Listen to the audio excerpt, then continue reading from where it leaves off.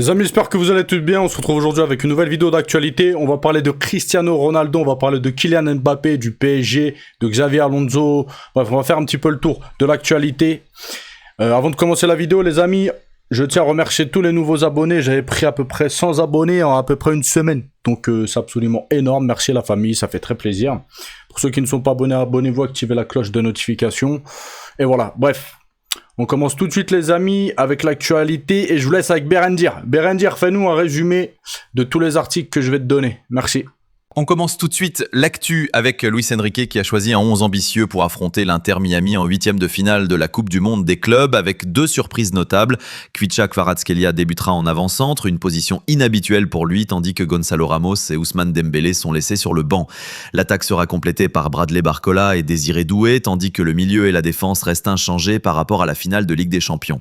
Le PSG vise la qualification avec un focus particulier sur la rigueur défensive après une défaite contre Botafogo. On continue avec Barcelone qui envisage de recruter Marcus Rashford cet été après avoir échoué l'an passé en raison de problèmes financiers.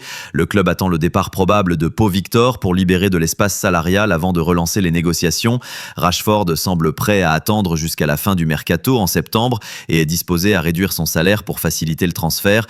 Toutefois, un accord pourrait ne pas se concrétiser avant août ou septembre. On continue avec Frank McCourt, le propriétaire de l'Olympique de Marseille, a exposé ses grandes ambitions pour le club.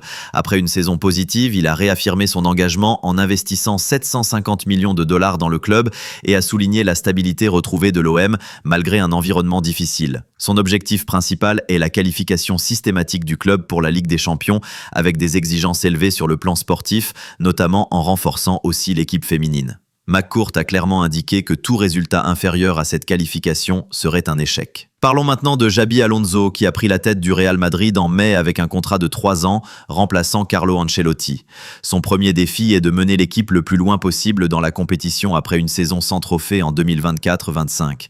Le Real Madrid a terminé en tête de son groupe lors de la Coupe du Monde des clubs, se qualifiant pour les 8e de finale contre la Juventus. Alonso espère le retour de Kylian Mbappé qui a manqué la phase de groupe à cause de la maladie, tout en évitant de prendre des risques pour sa forme.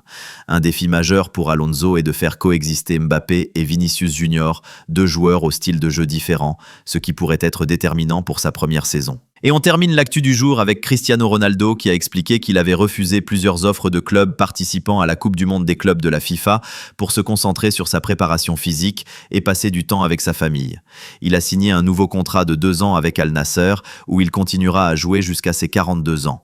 Ronaldo reste déterminé à atteindre les 1000 buts en carrière et à remporter la Coupe du Monde 2026 avec le Portugal. Bref, c'est tout pour aujourd'hui les amis. Je vous dis à la prochaine vidéo. Ciao, ciao.